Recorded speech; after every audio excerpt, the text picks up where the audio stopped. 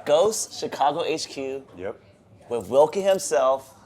He doesn't like to be on camera. No, yeah. They know. Everybody keeps me hidden in the lab, but doing it for you guys. Thanks, man. Yeah, no problem. For those who don't know, he has Glanbia experience, Swanson experience. He's been doing this for almost 2 decades now, right? Yeah, like 13 years. 13 years this year. 13 years, yeah. right? Yeah. We could arguably say Dan's right-hand brain. That's what he said. That's what he said. That's his words. Yeah. Right hand guy is how he always intros me. Right?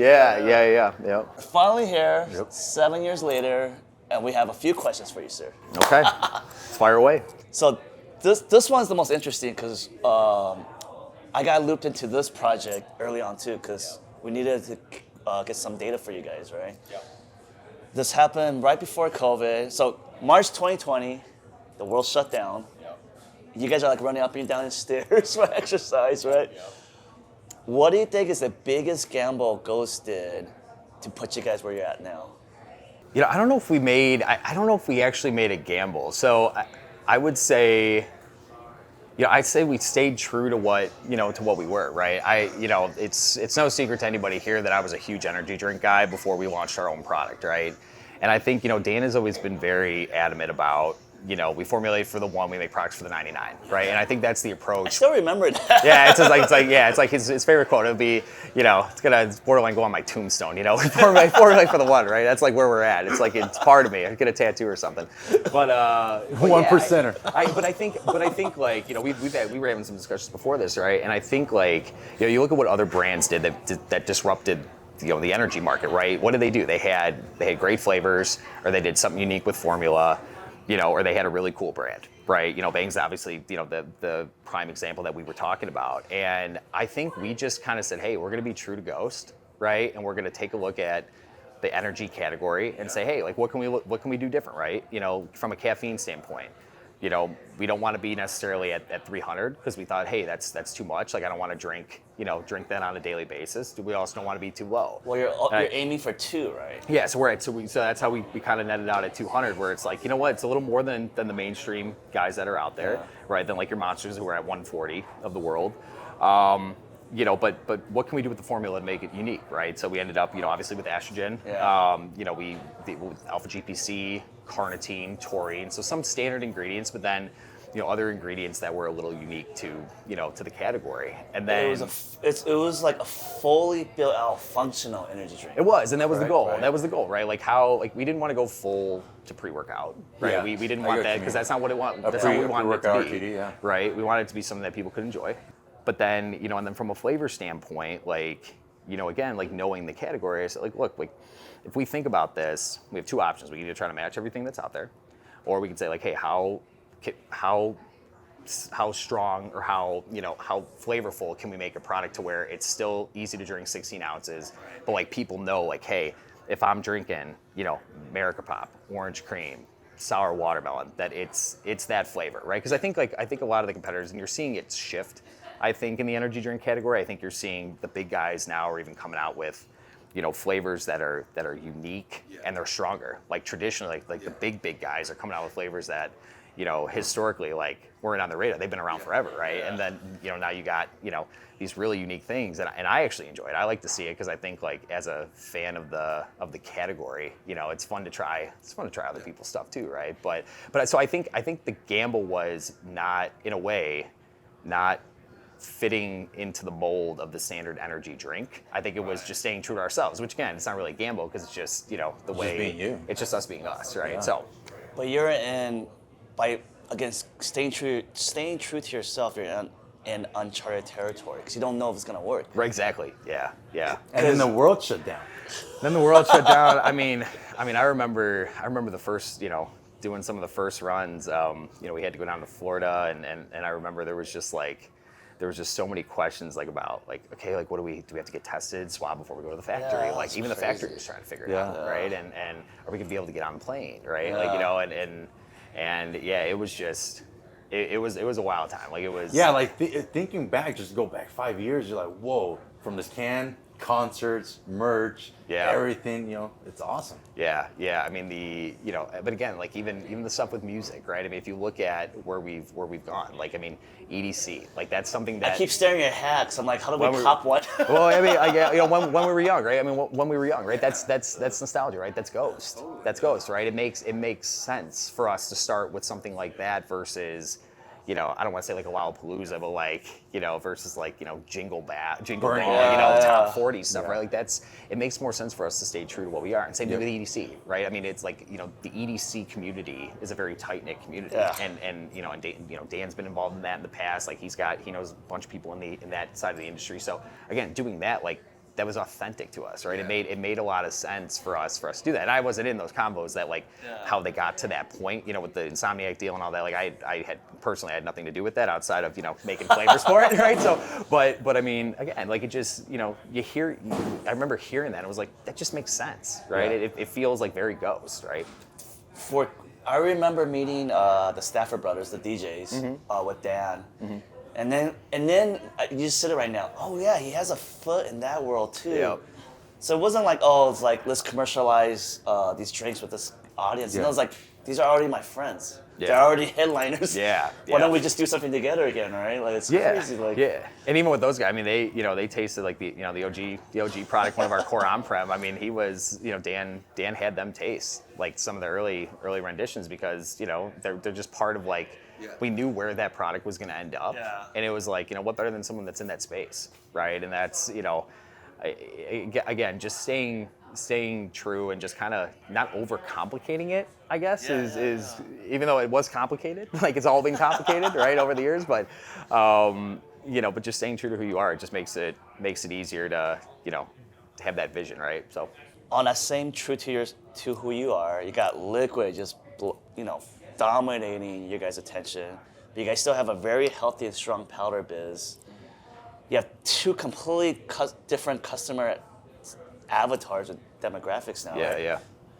Are you guys trying to merge it, or are you still talking to two different audiences?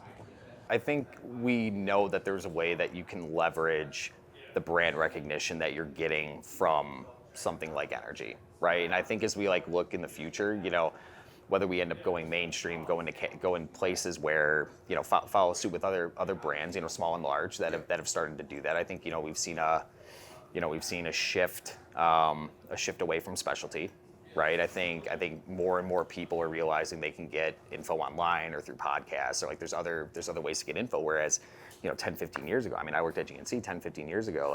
You were the knowledgeable person. Yeah. You were the GNC knowledgeable associate, right? Doing, I did one module of GNC University, and all of a sudden I'm an expert on cocoa flavanols, right? You know what I mean? That's kind of how it was. But it's I think we know there's some opportunity there to still capture across the board, and I think it's something that as we go into the next couple of years, I'm sure it's something we're going to try to utilize more. I still remember the one for the 99. But as we were talking earlier, that 1% is not 1% anymore, right? A lot of people are following podcasters. Even my wife knows the difference between different creatines. Well, I mean, it helps that she's married to me. Yeah. And the consumer is a lot more educated than before, so it's a little bit harder to just give them crap product. Right? Yeah. Which I mean, anybody that looks at our formulas, especially people that know that are in the industry, that know. I mean, our formulas are not cheap. Our products are not what we put together is not cheap. Legend still blows my mind. I don't know how you guys accomplished it. Yeah. I mean, that was the goal. That we wanted something that was fully dosed, 30 serves. And to me, that's also the cross from your previous question, because now that guy that drank the drink tastes it and you go, oh, look at that powder. And if that powder is approachable in a price point and it's a badass formula, they're going to go with it. Now you have a new customer. Yeah, and you've seen we've tried to, I guess going back to marrying the two up, we've tried to cross over flavors, right? And orange cream is a perfect example. Orange cream started in energy. Right, and it probably don't even realize that, right? But it actually, the first time we ever ran orange cream was in energy, and then we finally brought it over. We finally brought it over to powder. Wow! Because of that, that was some of the early convos, a couple years ago. About hey, orange cream crushes it on energy. Why aren't we doing this in Why aren't we Yeah, doing this yeah. in a powder? Yeah. And it was to capture some of that crossover, right? As we continued to gain, recognition and brand recognition. But the problem is, part of it too is like getting those products in front of those people and where they're buying, and they're buying in mainstream. So again, like, it's just something that, again, as a group we have to consider, and what that looks like. And, we'll cross that bridge when we get there, but. No, you guys are navigating it well now. Yeah. Yeah.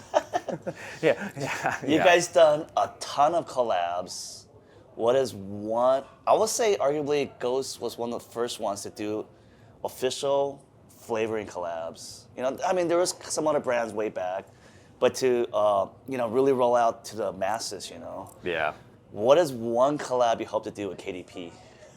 Oh, Flavor-wise. KDP. I mean, you kind of have to say Dr. Pepper, right? Yes!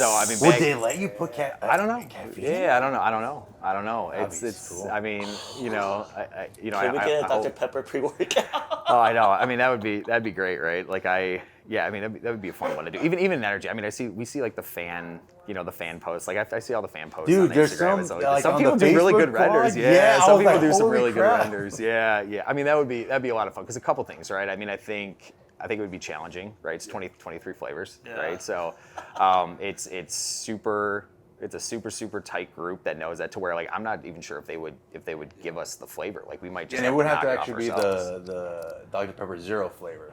Yeah, right. Yeah. So I think there's been some good attempts, I think, at it. I think some people have done, in the industry, have tried to make attempts. And then obviously you have all the actual, the soda knockoffs, Dr. Thunder and Dr. Thunder and, that's my favorite one. I just think that's funny.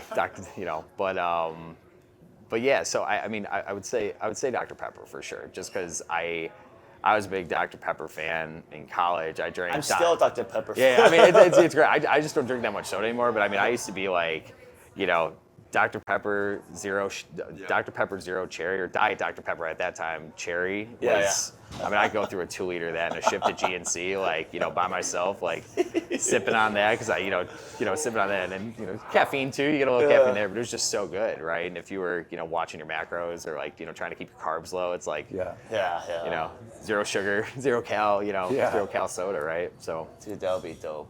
Fingers crossed. Well, you've seen everything grow. What's it like working with Dan and Ryan and seeing them mature in their life and their vision, and now in everything? Yeah, I mean, it's been great, right? I mean, I remember I tell the story of the first day I came here. I'll never forget. It was we were only in this little quadrant here. It was completely like not gutted, but it was not put together because they were at the WeWork before I started here. And they had just moved over here fairly recently and just leased out this little corner. And these two pieces, I know people can't see, but the two rooms here, this little conference room, and then Dan's office next door. Wait, this area was just it? This was it, man. Not the whole. This was walled off. This whole thing was walled off. Yeah, Okay. yeah. And I'll never forget, like, the door opening was still where the door is there, but this was all brick. And Dan he hands me my laptop. He gives me the piece of paper. Sit at my desk, which was right, kind of where you're set up with the camera. I sat down, I logged in. He's like, yeah, come on in when you're done logging in. And I go in there, and you got Dan's desk here, you got Ryan's desk here. They had a big couch, and the two of them were sitting on the couch playing Call of Duty. And I remember saying to myself, what the fuck did I do? Like this, what am I doing? Like I just left the job. It was like, I wasn't At that age, you question it. Yeah, 100%, 100%. Am I making the right career path? Yeah, I mean, I was scared, but I believed, I believed in the branding and the brand, and I'm like, we just gotta like, it's like, okay, like, it's a little unconventional, and then now, it's, now it's just, it is. I mean, we've all matured, right? I mean, we've all matured, and it's, We all have kids now. It's crazy. Yeah.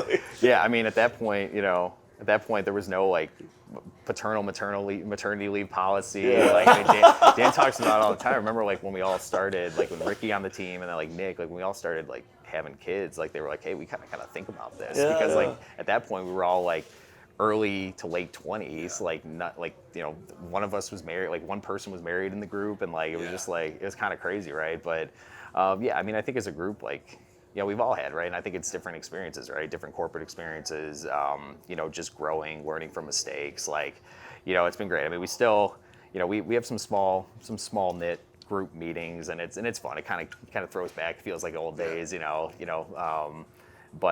yeah, I mean, it's like anything, everybody grows, and being here again, year 7 now, it's like that 7-year turnover. Like I even reflect on myself and see how things have changed, right? So, but it's great. I mean, we got a lot of runway ahead even of with, explosive growth. Like, I've had a chance to walk through Vegas and Chicago. Yeah.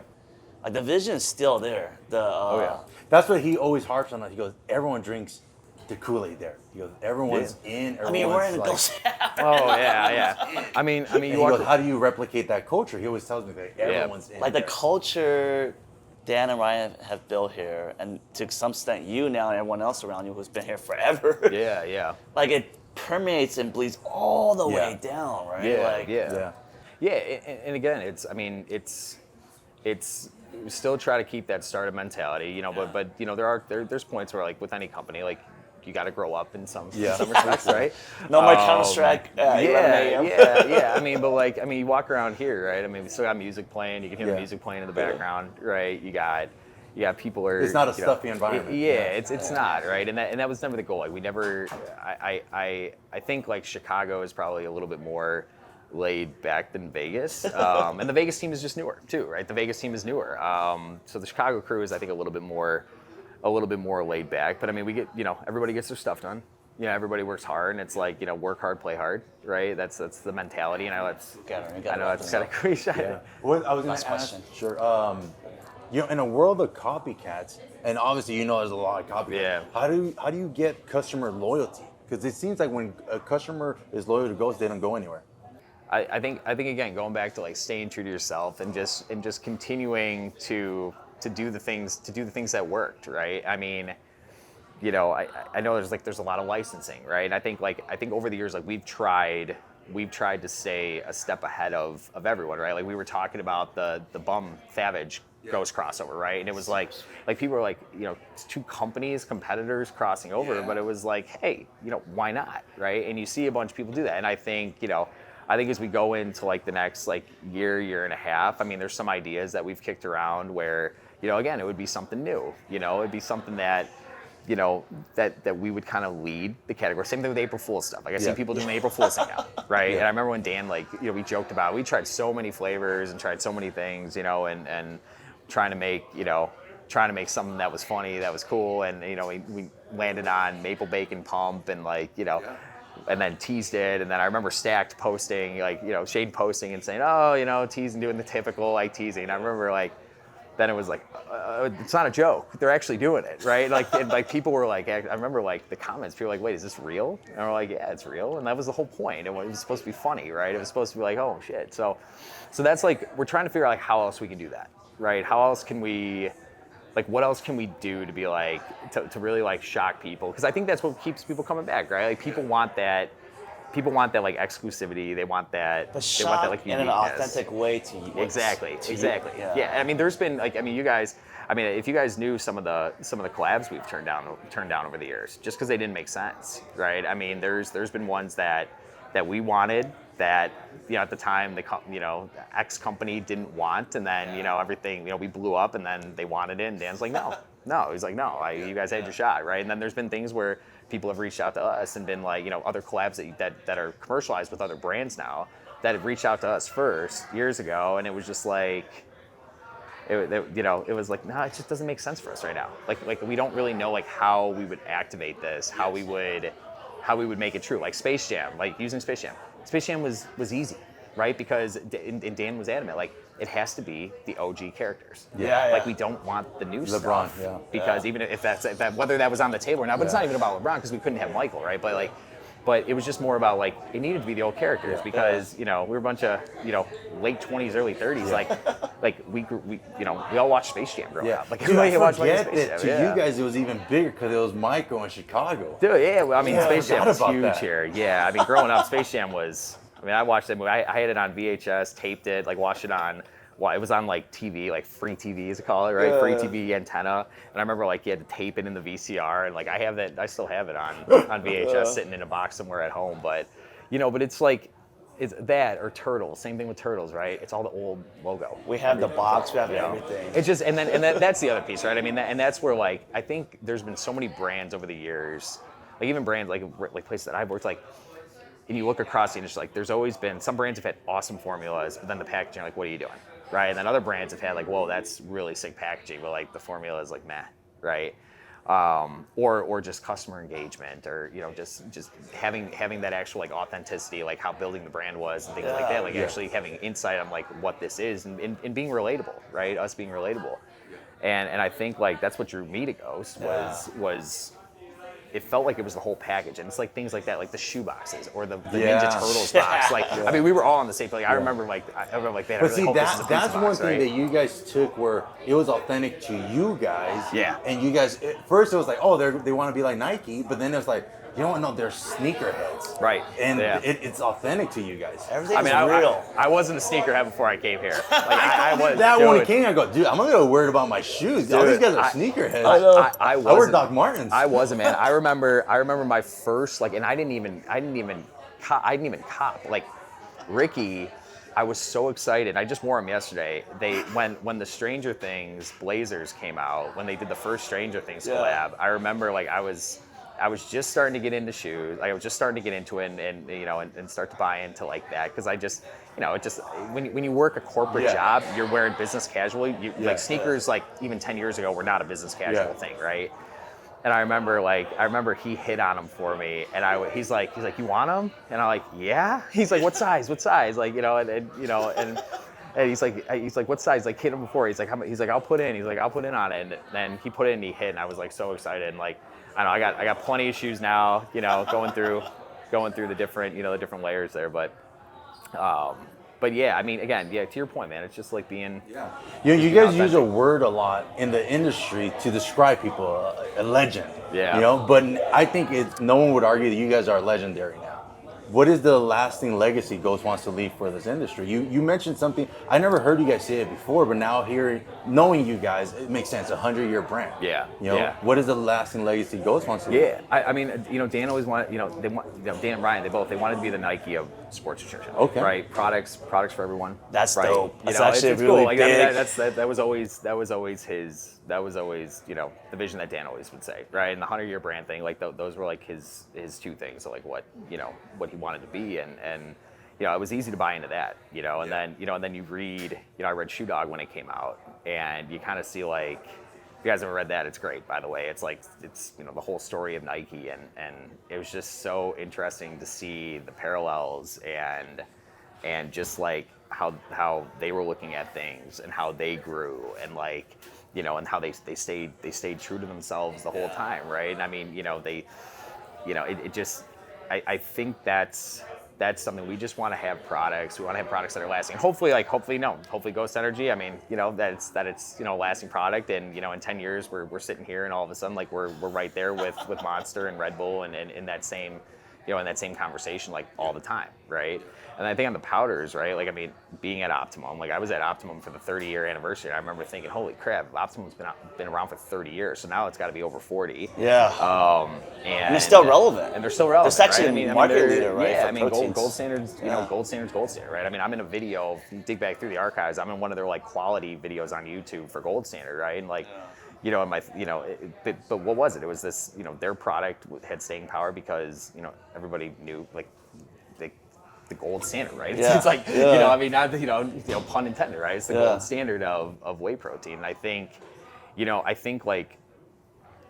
we want to be known, we want to continue to be known for both efficacy and function and brand, and having like the whole piece together, right? Like kind of going back to what I said, you want to be a brand that hits all those aspects, right? And I think you want to have good customer engagement. You want to have great flavors. You want to have great formula. You want to have cool branding, right? So I think we're hoping we can continue to bring that package to the industry and push others, because I think it pushes others to have to step their game up, right? So Yeah, I think one could arguably say that a lot of people are following your guys' footsteps. yeah, and it's good. I mean, it's flattering, and it's like it's great when people do it in their own way. right? Like there's like, we, just because we were the first to license doesn't mean we should be the only one, right? I mean, it's good, right? It's great for the industry. Yeah, to have all the boats, right? Yeah, well, yeah, exactly. And even like looking at, like, let's look at this week, right? At IFT, right? You guys are here. I a couple years ago, I didn't even want to go to IFT because I just didn't think it was relevant for us. Right? Everybody goes to Supply Side out in Vegas, right? That's the big show, and then Expo, right? Like those are the two shows. IFT is like, okay, it's like your mainstream, like big commodity brands, foods, but like I got so many messages from people this year saying they were coming in, and I was at a dinner last night, and I was talking with the supplier about it. I was like, and the one guy said, he's like, it's just great to see this like crossover now because like, I mean, everybody is looking at functional foods now, and that works with the supplement space. I mean, case in point, Olipop and Poppy, right? Yeah. Prebiotic fiber. Like how And now one of them's a Pepsi company. Right. I mean, right. I mean, but like, and then you got protein RTDs that something that seemed like it was a stagnant category, right? Like, and you got Core Power like way up here, and it's like everybody else, right? Muscle Milk's been around forever. Gatorade was doing it, and now all of a sudden you got Nori, the brand that's in Costco. Those guys did. I heard someone told me that those guys did like $120 million last year in Costco. Like they just launched. Like that is insane. Jess drinks stacks. My wife drinks that every morning. Oh yeah. See, like, you know what I mean though? Like, and I mean, they got a good value prop. It's 30 grams of proteins in a can. Like, I mean, it's. I think it's 130 or 150 calories. Yeah, right. I mean, it's super clean, easy for people to drink. Like, people are looking, I think, more and more. I think people are looking more and more for that type of stuff. And protein's in everything now, right? I mean, everything is like, I feel like everybody's fortifying protein. They're calling out protein, right? And then I think various social media platforms are like bringing more and more awareness to different things. Like I can't believe, something like creatine, right? Creatine is like going off like gangbusters, right? And everybody's talking about creatine. It's like, guys, like 10 years ago, people thought creatine was a steroid still, right? 10, 15 years ago, it was like, oh, it's super taboo. And then it's like, you hear magnesium, you hear ashwagandha, like this isn't new stuff, right? Yeah. This isn't new stuff. This is stuff that's been, like, that I think everybody in the industry like knows from an ingredient standpoint. Like, this is stuff that like has benefit, right? And the supplement industry people have been trying to say this stuff for years. But now it's like you get the right platform, you have enough eyes on it, and then people can do their own education when they want to. Yeah. Or you have people that are really good at explaining stuff in simple terms that people can digest. And I think it's a win. Again, it's a win for everybody. It's definitely a win for the industry. So. I think with the brand, you said it, the branding has to be cool. You can never lose the branding. Yeah. But you marry it with the really good formulas. Yep. And you guys somehow make it work price point wise. You guys are not super premium. Yeah. Like you got all those factors, like all these wins behind you, right? Yep. So if you guys just keep going down this route, it's just that's the hope. That's the hope, right? And it's it's hopefully we can find some cool stuff and do some things that disrupt the category. Like you and I were talking about, some of the guys that have disrupted stagnant categories, right? I mean, whether it's you can look at liquid death in water, right? You can look at it's water. Yeah, right. That's what I mean. You can talk about the hydration category. What we've seen, brands that have been trending in that and what they're doing, and like just changing the narrative, right? I think that's a way that you can, you have that shock value, whether it's on, whether it's something like liquid death, where it's their shock value was they had you like sign your life away or like whatever, sell your soul, I think it was, on their website, to like death to plastic, right? Like that was their thing, right? Like that was cool. I mean, it's kind of, in a way, it sounds cheesy, but at the same time, it was actually kind of cool, right? But they caught a health wave, right? Yeah. If you wanted to not drink alcohol, but you can still hold a cool can and be out with your friends. Yeah, exactly. Yeah. So I can't wait to see what you guys got cooking up. Yeah. I mean, we've got some fun stuff. We've got some fun stuff we're working on. I mean, it's been, I think we want to make sure that we do things correctly. Like we've come out with some cool, like some stuff that like I was really excited, like doing Joint, doing Sleep, like those two products were just loaded to the gills. Like Joint was a multi-phase, like we wanted to take a botanical approach. Then we wanted to take, we wanted to look at some of the more common ingredients like glucosamine chondroitin, right? So it's like, okay, you got people that like glucosamine chondroitin MSM, They got people that take boswellia and turmeric and that love the botanical approach. And then, you know, like the UC2 collagen, like things like that. Like there's just all these different products. So we're like, let's just marry them up. Like, you know, people, somebody that takes glucosamine chondroitin, like we don't shy them away because, you know, they think that works and they don't think turmeric works. Like, let's just try to like see if we can marry that up. And again, to your point, not a cheap formula. But again, it's not. It's just it should be, the MSRP should be higher than what it is. Yeah. But I mean, like, look, like, I mean, products like that, like we're not trying to be, you know, osteo biflex with that, right? We're not, you know, I mean, we used to, you know, Dan used to tell me to like go walk down the aisle at Whole Foods, right? Go walk down the aisle there and look at the premium brands. And having come from Swanson, like I knew who those brands were, right? I knew, you know, Nordic Naturals was like a leader in omegas, right? When I was like, I didn't know that. I had never heard of Nordic Naturals. And then, you know, working at Swanson, like I had a whole different, you know, perception on who competitors were, right? So I mean, you know, like something like going down the aisle at Whole Foods, like there's a lot of products that like, yeah, they're great and they're premium, but it's like you guys probably know, like there's ways that you can match that premiumness with the same ingredients, if not the exact same ingredients, and just don't charge that price tag because you don't need to make X% margin. Yeah, right? you don't need to be too greedy. Right, you don't need to be too greedy. You bring a great high quality product to market and be something that you know is the equivalent to what's in, you know, and I'm not saying like any of our products are the equivalent like to Whole Foods, but like taking something and making it that same level of quality and just providing it at a cost that's, you know, that's reasonable for consumers. Again, you know, joint and sleep are a perfect example. Like, again, if you ran the math, if you someone in the industry, you'll know, like, it's not a cheap formula. It's not a cheap formula. So, Thanks, Wilkie. yeah, no problem, man. Glad we could. Yeah, we can do it. Yeah, man. Yeah, thank you guys.